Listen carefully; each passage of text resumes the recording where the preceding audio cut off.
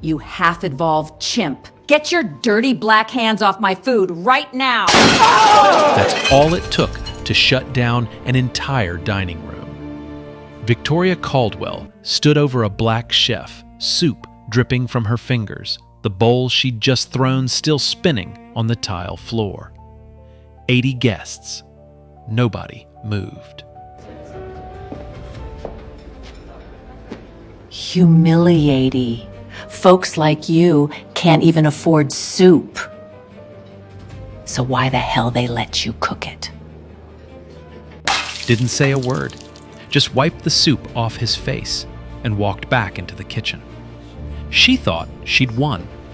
But what this woman didn't know, what she couldn't even imagine, was about to hit her so hard she'd be begging on her knees within the hour.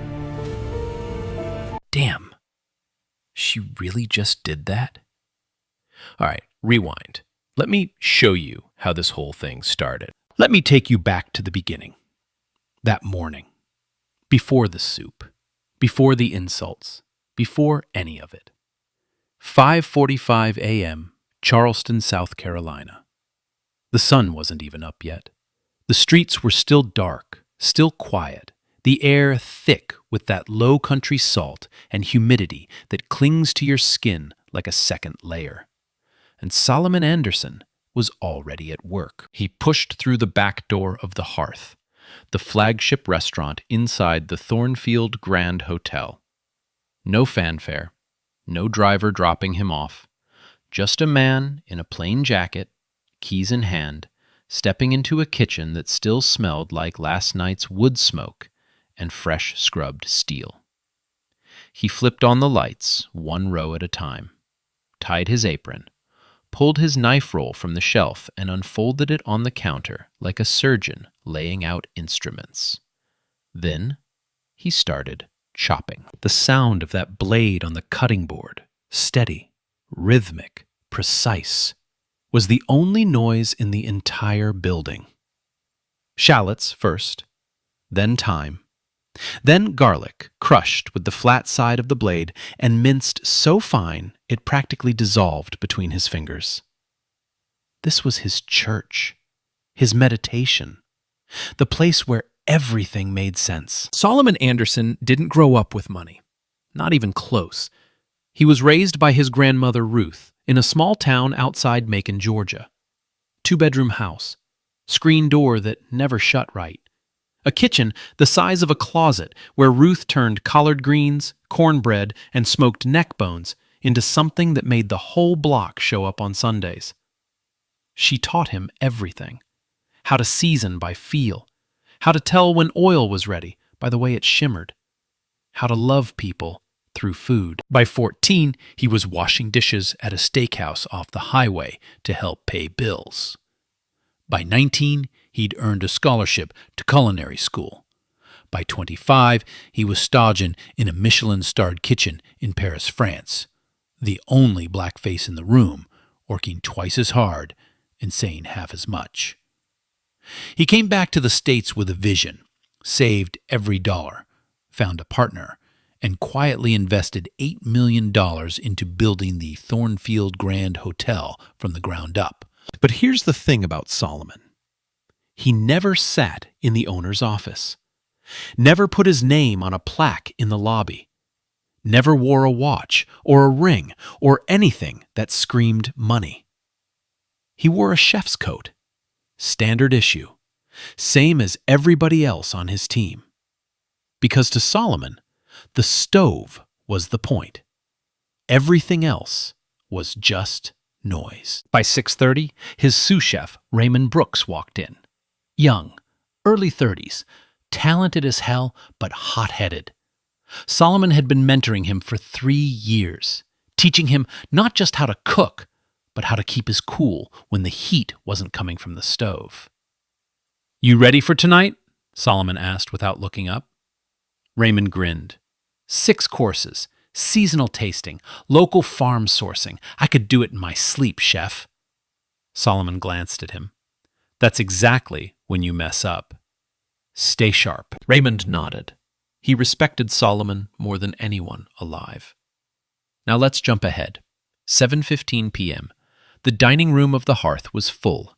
Every table booked, candles lit, white tablecloths pressed crisp, exposed brick walls glowing warm in the low light, the smell of roasted butter and smoked rosemary floating through the air like a promise. Couples celebrating anniversaries.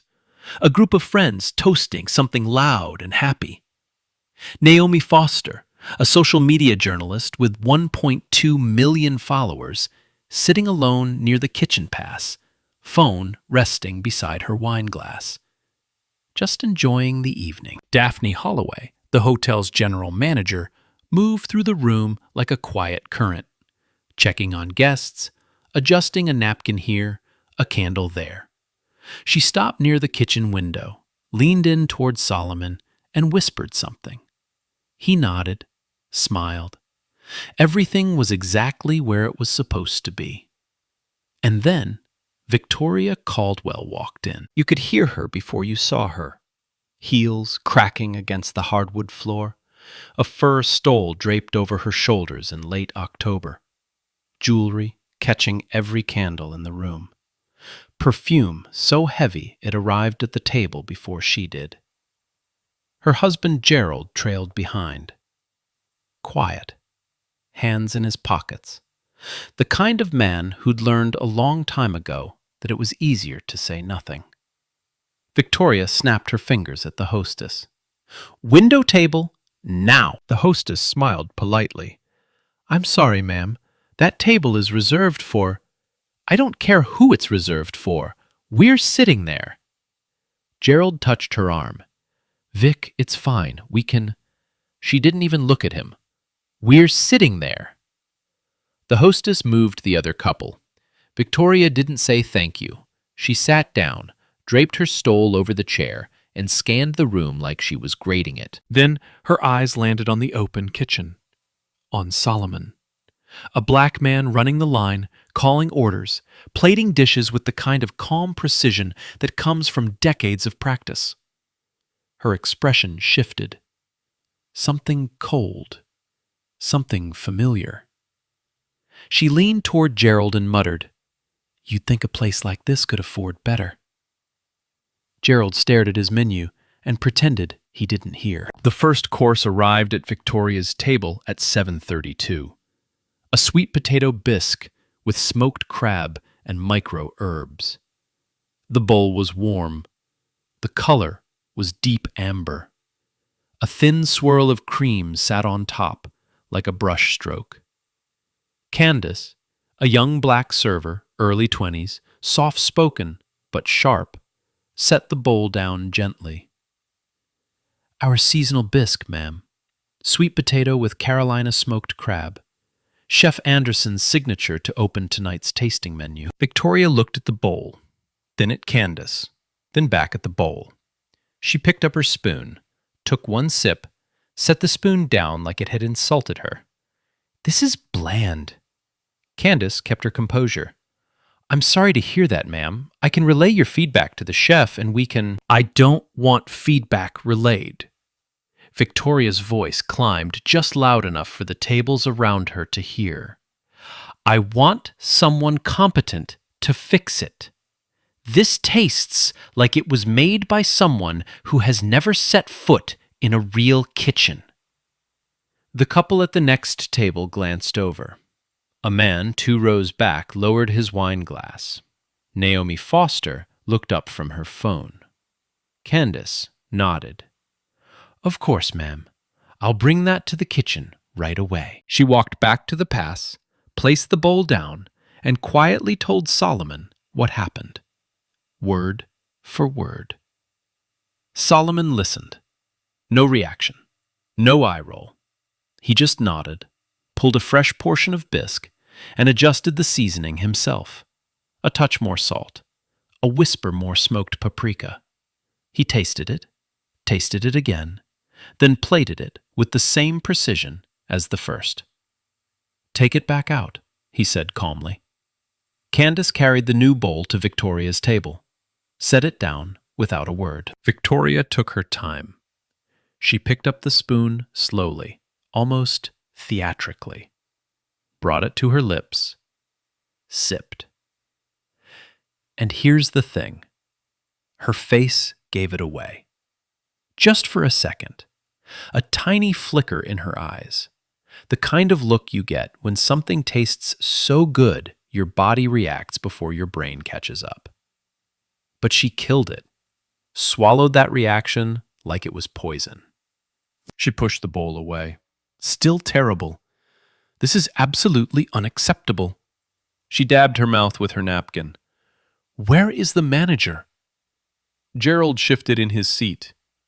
Vic, the soup was fine. Can we just... Gerald, be quiet. He went quiet. Daphne Holloway arrived at the table within 30 seconds. Calm. Professional. The kind of woman who could smile through a hurricane and still make you feel like everything was under control. Good evening, Mrs. Caldwell. I'm Daphne Holloway, General Manager. I understand there's a concern with your first course. I sincerely apologize. I'd be happy to comp the course for you, and I don't want it comped. I want to know who is responsible for this mess. Daphne paused. Chef Solomon Anderson is our executive chef. He personally prepared your second portion. He's one of the most acclaimed chefs in the Southeast, trained in Paris, multiple regional awards, and acclaimed. Victoria leaned back and crossed her arms. Acclaimed by who, exactly? The question hung in the air like smoke. Daphne didn't flinch, but she understood exactly what Victoria meant, and so did every person within earshot. Chef Anderson has received recognition from the James Beard Foundation, the Charleston Culinary Council, and several national publications, ma'am. Victoria waved her hand. I don't care about certificates. I care about what's in my bowl, and what's in my bowl is garbage. She straightened up. I want to speak to him, directly, right now. Daphne hesitated. She glanced toward the kitchen. Solomon was already looking. He'd heard every word through the open pass. He gave Daphne a slight nod, wiped his hands on a clean towel, and stepped out from behind the line. He walked toward Victoria's table with the same steady, unhurried stride he used for everything. No rush, no tension in his shoulders, just a man who had spent his entire life staying composed when the world wanted him to break. Good evening, ma'am. I'm Solomon Anderson. I understand you weren't satisfied with the bisque. I'd love to hear what I can do to make your experience better tonight. Victoria looked him up and down, head to toe, slowly, the way you'd inspect something you were thinking about sending back. So you're the chef? Yes, ma'am. You made this. She pointed at the bowl like it was evidence at a crime scene.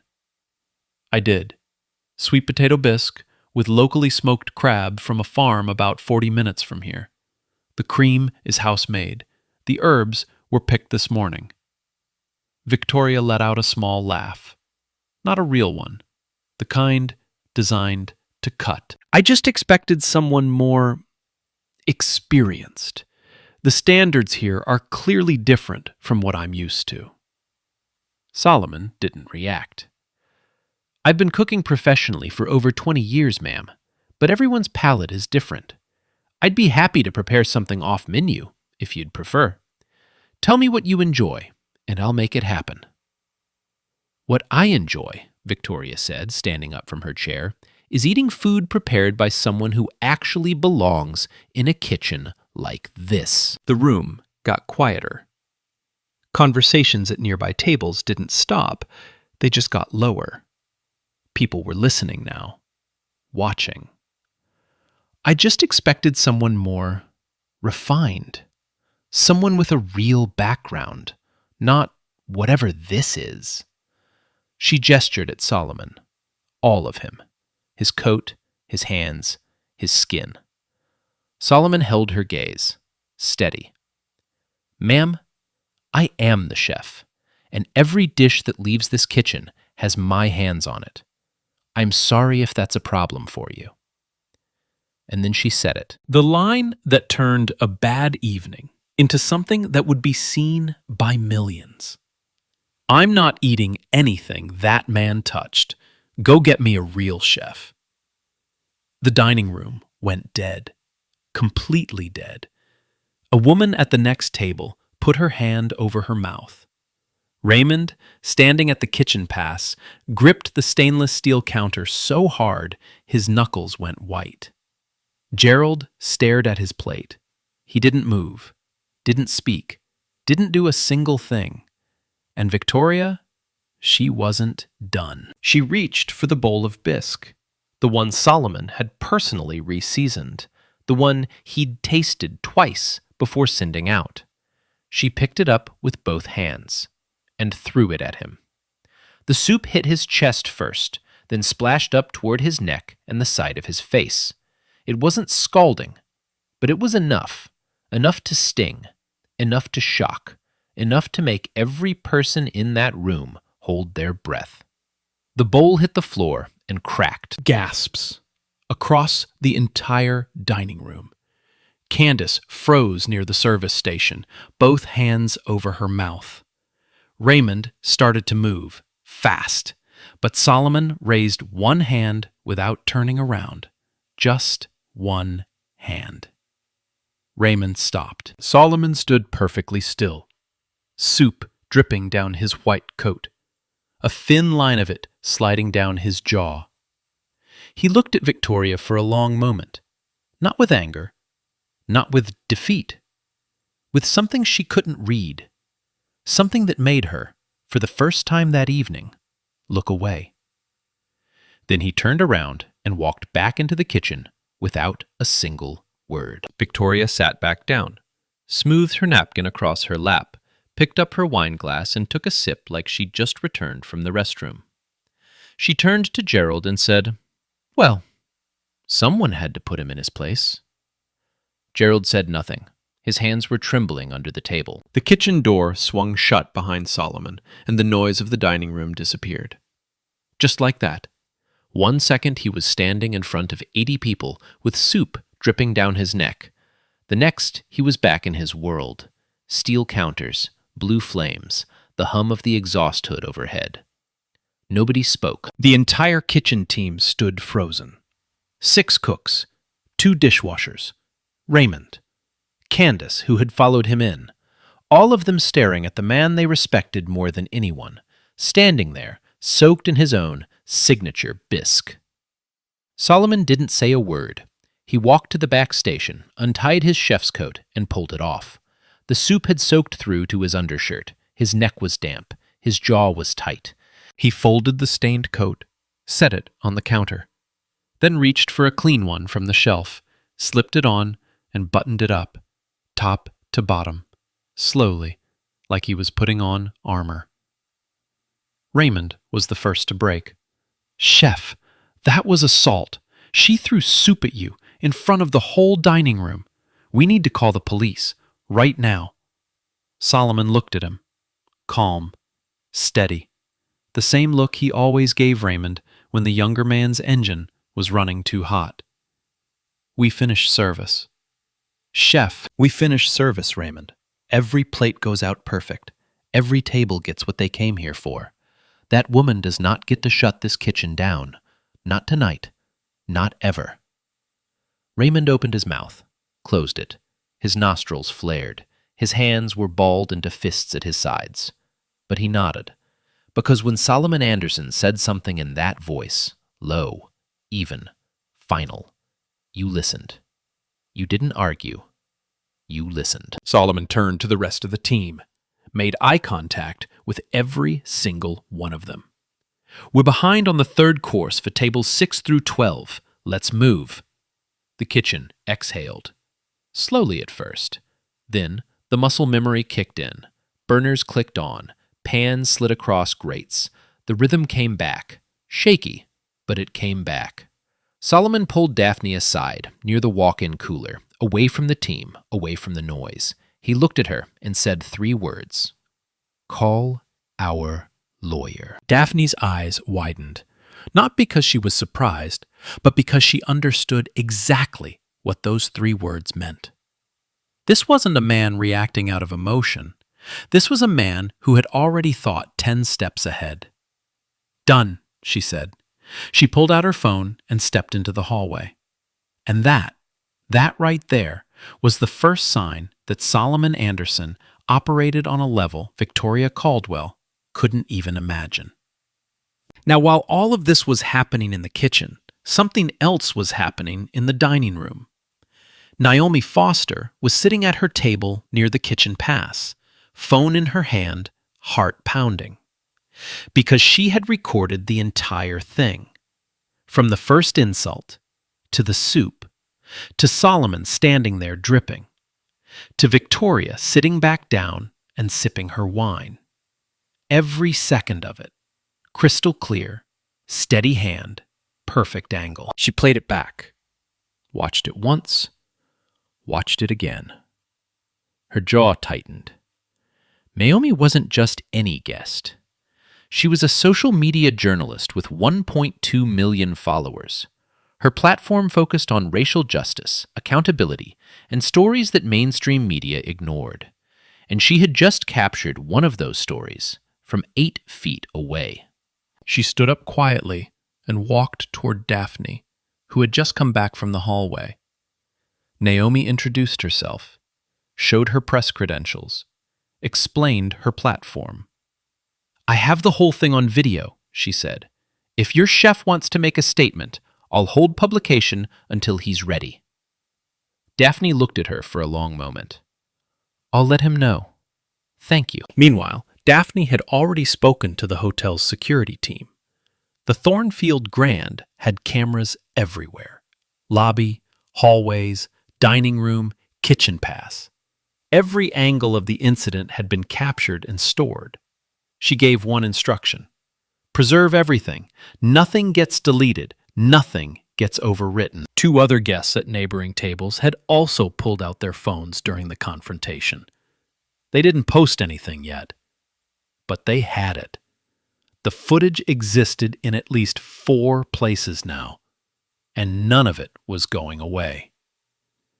Back in the dining room, Victoria was riding high. She had moved on to complaining to the couple at the next table, a white couple in their 60s. She leaned over and said, "Can you believe they let someone like that run the kitchen? At these prices?" The couple smiled politely. The woman nodded once. The man looked away. Victoria took their discomfort as agreement. She flagged down Daphne again. This time, her voice was louder, sharper. The performance was reaching its peak. "I want that man removed from the kitchen for the rest of the night. I refuse to eat in a restaurant where that person is handling food. It's a matter of hygiene, of standards." Daphne stood perfectly still. Her hands were clasped in front of her. Her voice didn't waver.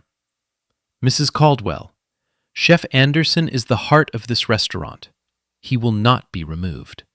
However, I'd be happy to arrange a private car to take you and Mr. Caldwell to another restaurant this evening. Complimentary, of course." Victoria's eyes went wide. "Are you dismissing me?" "I'm offering you an alternative, ma'am." "Do you know who my husband is?" Victoria's voice carried across half the dining room now. "Gerald Caldwell, Caldwell and Burke Insurance. We will have this place shut down by Monday morning. Do you understand me?" Daphne didn't blink.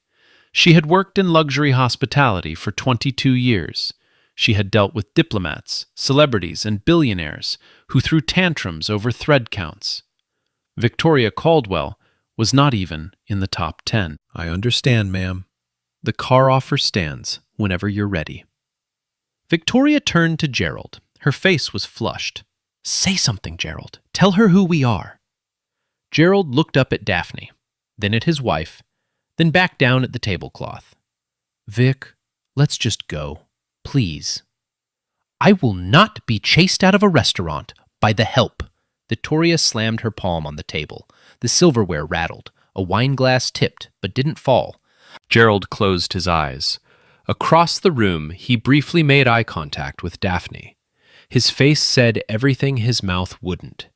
Pure, undiluted shame. What Victoria didn't know, what she had no way of knowing, was that while she was busy threatening to shut down the restaurant, Daphne had already made a second phone call to the Charleston Police Department on Solomon's instruction. The report was simple. A guest had committed assault by throwing soup at a staff member. Video evidence was available. The victim wished to press charges. And the whole time, while Victoria was yelling, while Gerald was shrinking, while Daphne was holding the line, Solomon Anderson was in the kitchen, cooking, plating the third course for every other table. Butternut squash ravioli with brown butter and sage. Each plate identical, each portion measured to the gram, each garnish placed with tweezers. His hands did not shake, not once. And y'all, it's coming. It's coming. 2 police cruisers pulled up to the front entrance of the Thornfield Grand at exactly 8:41 p.m. No sirens, no flashing lights, just 2 cars rolling quietly into the valet lane like they were checking in for dinner. Officer Trent Wallace stepped out first, mid-30s, clean uniform, the kind of cop who kept his notepad in his breast pocket and his voice low. He walked through the lobby, past the front desk, and into the dining room with his partner 2 steps behind. The room noticed immediately. Conversations dipped, heads turned. The energy shifted from elegant to electric in about 3 seconds. And Victoria noticed too. She saw the uniforms and sat up straight, smoothed her hair, adjusted her stole. A small smile crept across her face. Because in her mind, this was the ending she'd written. The chef had been reported, the police had arrived, and justice, her version of it, was about to be served. She stood up from the table and walked toward Officer Wallace like she was greeting room service. "Thank you for coming, officers. That man in the kitchen, he assaulted me with his attitude and completely ruined our evening. I want him removed from the premises immediately." Wallace looked at her, nodded once, politely. "Ma'am, I'm going to ask you to have a seat for just a moment. I need to speak with the management first." Victoria frowned, but sat back down. She whispered to Gerald, "Finally, someone is going to handle this." Gerald didn't respond. He was staring at the tablecloth like he was trying to disappear into it. Wallace walked toward the kitchen. Daphne met him at the pass. She was ready. She'd been ready for 20 minutes. "Officer, thank you for coming. Here's what happened." She laid it out. Clean, direct, no emotion. A guest had verbally harassed the head chef with racially charged language in front of the entire dining room. The same guest then threw a bowl of hot soup at the chef, striking him in the chest, neck, and face. The incident was captured on the hotel's security cameras from multiple angles and also recorded by at least 3 guests on their phones. She pulled up the security footage on a tablet and handed it to Wallace. He watched it.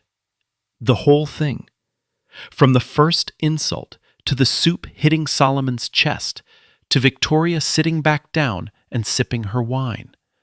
His expression didn't change, but his jaw tightened. He watched it a second time. Then Daphne said something that changed everything. "Officer, there's one more thing you should know." She paused, looked him in the eye.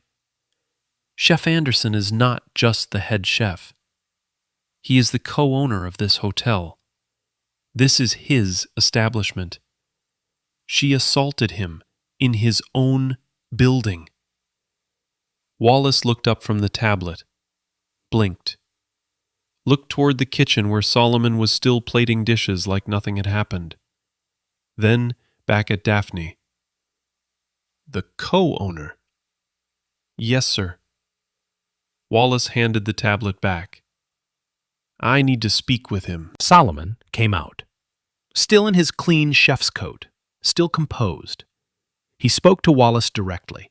No dramatics, no raised voice, just facts. I want to press charges, officer. Assault and battery. I have visible injuries. He unbuttoned the top of his coat and showed Wallace his neck and upper chest. The skin was red and inflamed. In some spots, it had already started to swell.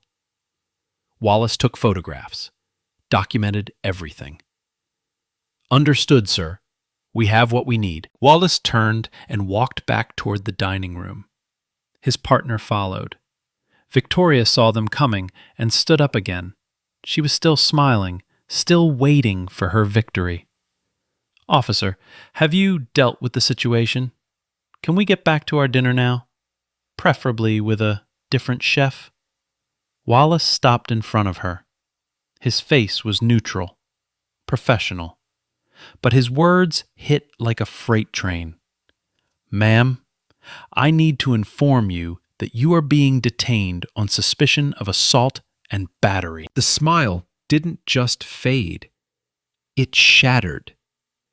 Excuse me? Assault? I barely touched him. He's just a cook. Ma'am, he's the co-owner of this hotel, and we have video evidence from multiple sources showing you throwing hot liquid at him, causing visible injury. I need you to turn around and place your hands behind your back.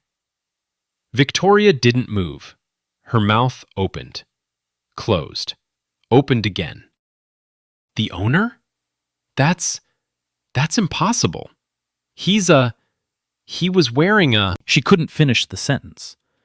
But every single person in that dining room knew exactly what she was about to say.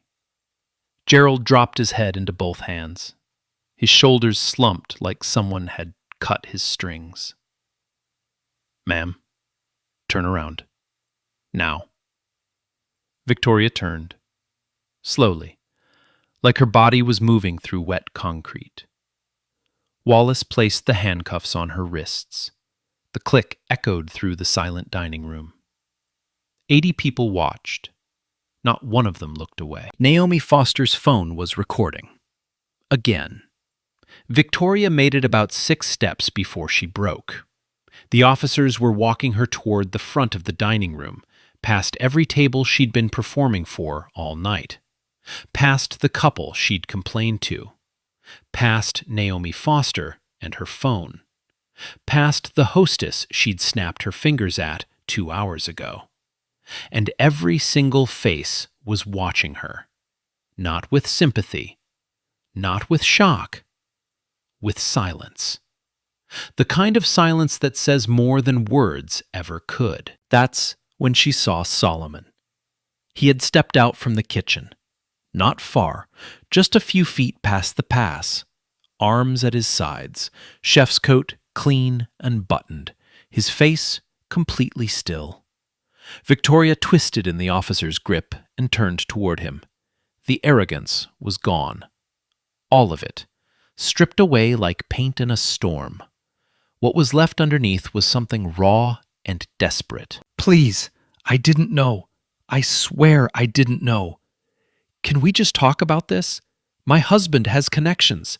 We can make this right. We can make it go away. Please. Her voice cracked on the last word.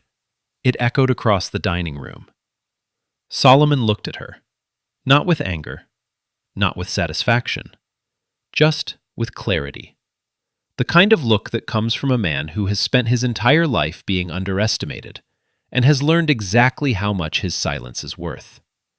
He said 7 words. You knew exactly what you meant, Mrs. Caldwell. Every word.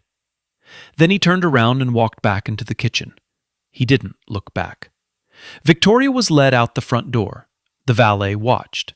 The front desk staff watched. A couple checking in with rolling suitcases stopped in the lobby and stared. Nobody said a word to her. Nobody needed to. Back inside, Gerald Caldwell was alone, standing at a table for 2 with 1 empty chair and a bowl of cold soup pushed to the side. He looked like a man who had just realized the building was on fire and he'd been sitting in it the whole time. He reached for his wallet, fumbled it, pulled out a credit card with shaking hands. Daphne approached him. Her voice was professional, not cold, but not warm either.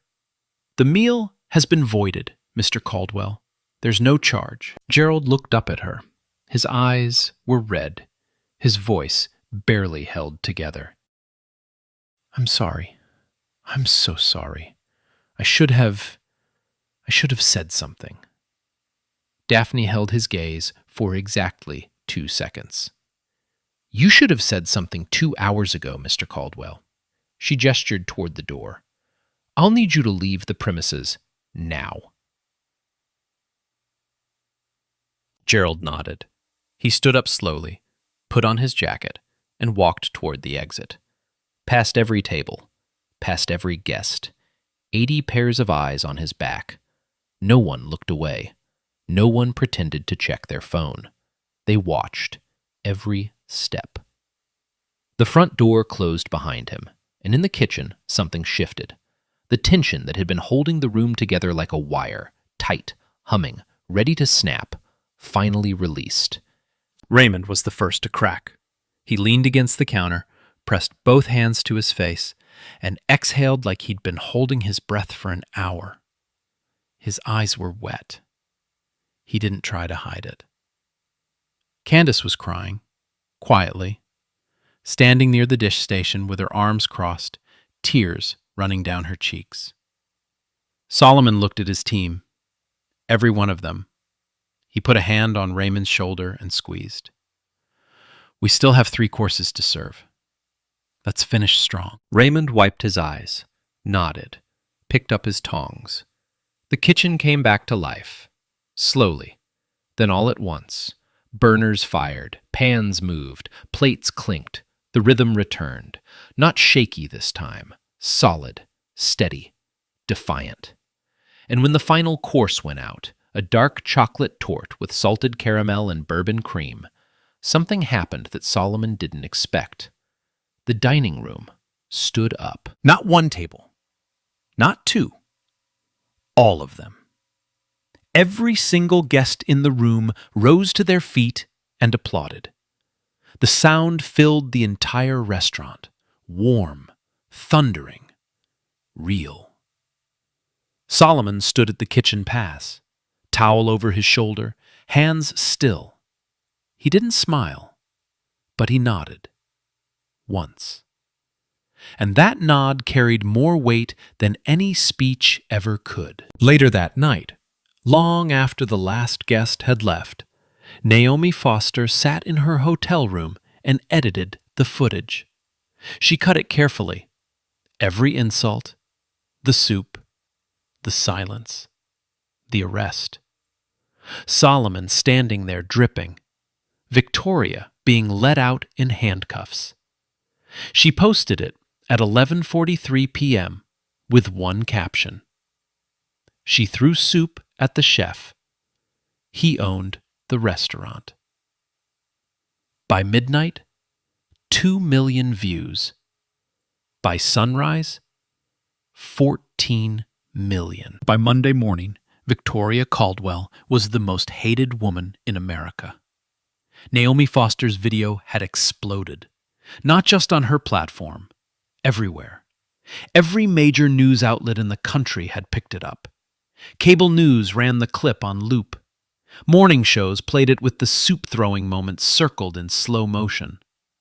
Online, it had crossed 30 million views and was still climbing. The headline wrote itself. Every outlet used some version of the same line. Woman throws soup at black chef. Turns out, he owns the restaurant. And then, the digging started. Within 48 hours, internet investigators had pulled apart Victoria Caldwell's entire digital life. Her social media accounts, which she had never bothered to make private, were a goldmine of exactly what you'd expect. Posts complaining about those people at her country club. A rant about a black cashier who was too slow. A comment under a news article about police brutality that read, "Maybe if they just followed the rules." screenshots of private messages where she referred to the staff at a hotel in Savannah as the animals. And then the real bomb dropped. A journalist in Savannah uncovered a police report from 3 years earlier. Victoria had been charged with assault after slapping a black hotel valet who she claimed had scratched her car. The charge was dismissed after Gerald's attorney pressured the valet to drop the case. The valet, a 21-year-old college student working his way through school, never spoke publicly about it. Until now. He gave an interview. On camera. Quietly. Calmly. He described what Victoria had done to him. The slap, the slurs she used, the way her lawyer made him feel like he was the criminal. He said he dropped the charges because he couldn't afford a legal fight.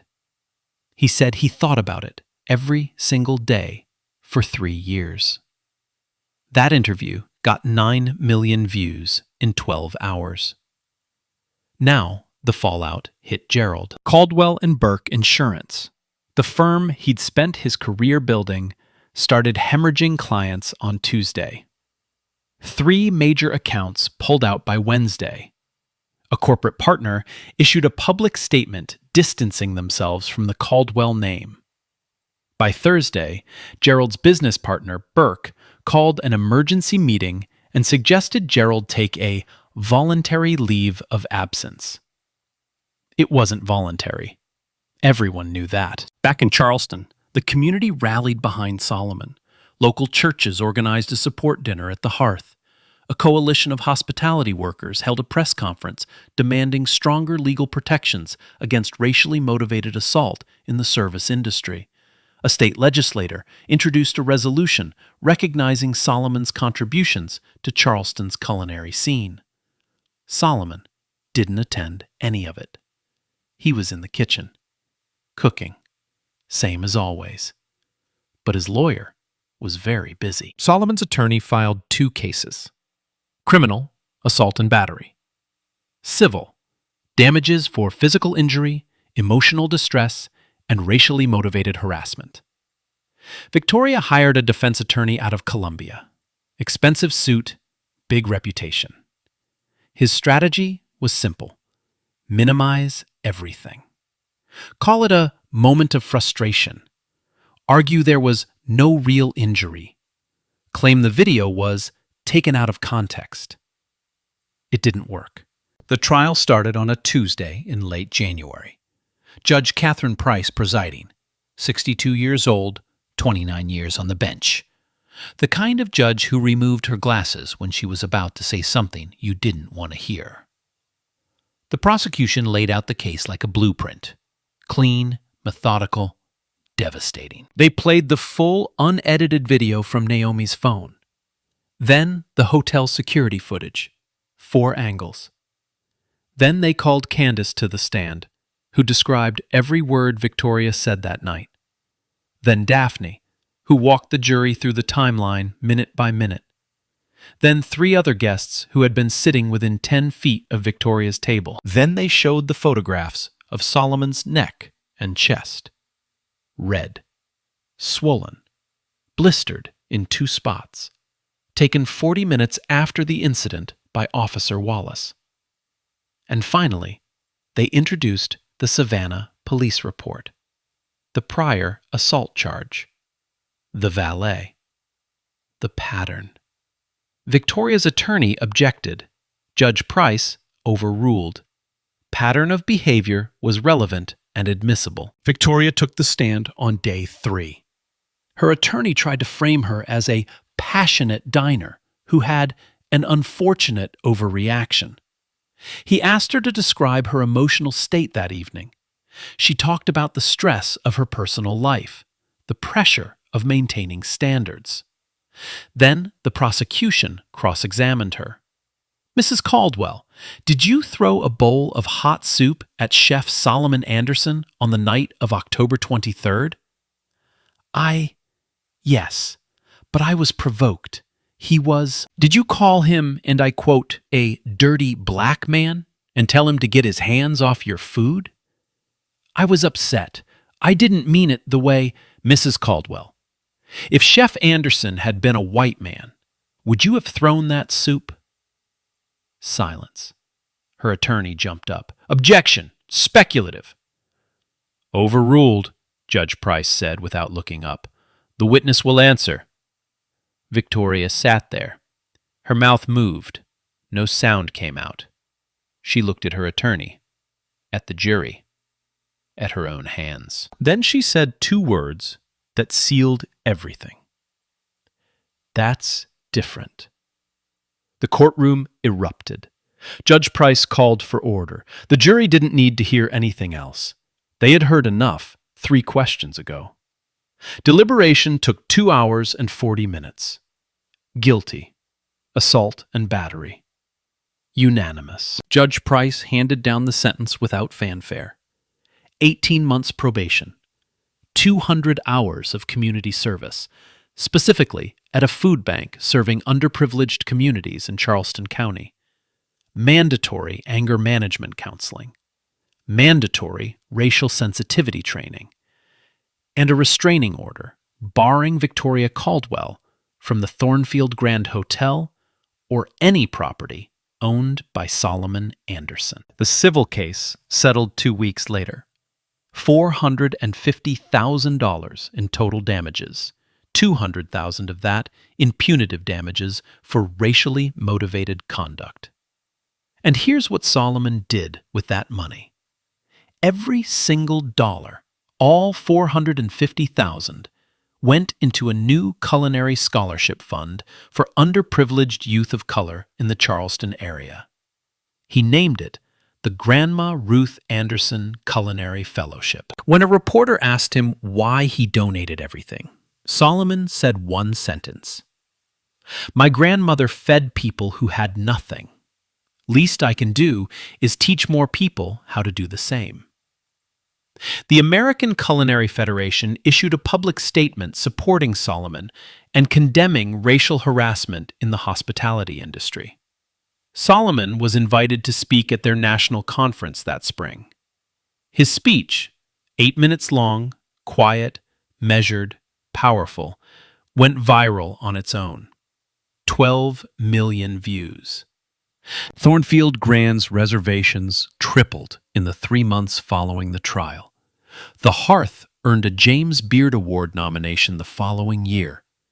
And Solomon Anderson didn't change a single thing about his routine. 5:45 a.m., back door, knife roll, cutting board, same as always. So where are they now?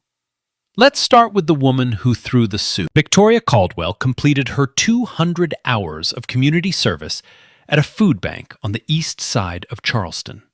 5 days a week for 2 months, she stood behind a counter and served meals to people she would have crossed the street to avoid a year earlier. She finished her anger management counseling, finished her racial sensitivity training, checked every box the court required. But the court couldn't fix what the internet had already done. Her friends stopped calling. Invitations to brunches and charity galas dried up. The women she used to sit with at the country club suddenly had full tables. Her name had become a punchline. And then something worse than a punchline, a cautionary tale. She and Gerald divorced 6 months after the trial. Quietly. No press. No public statements. Gerald kept the house.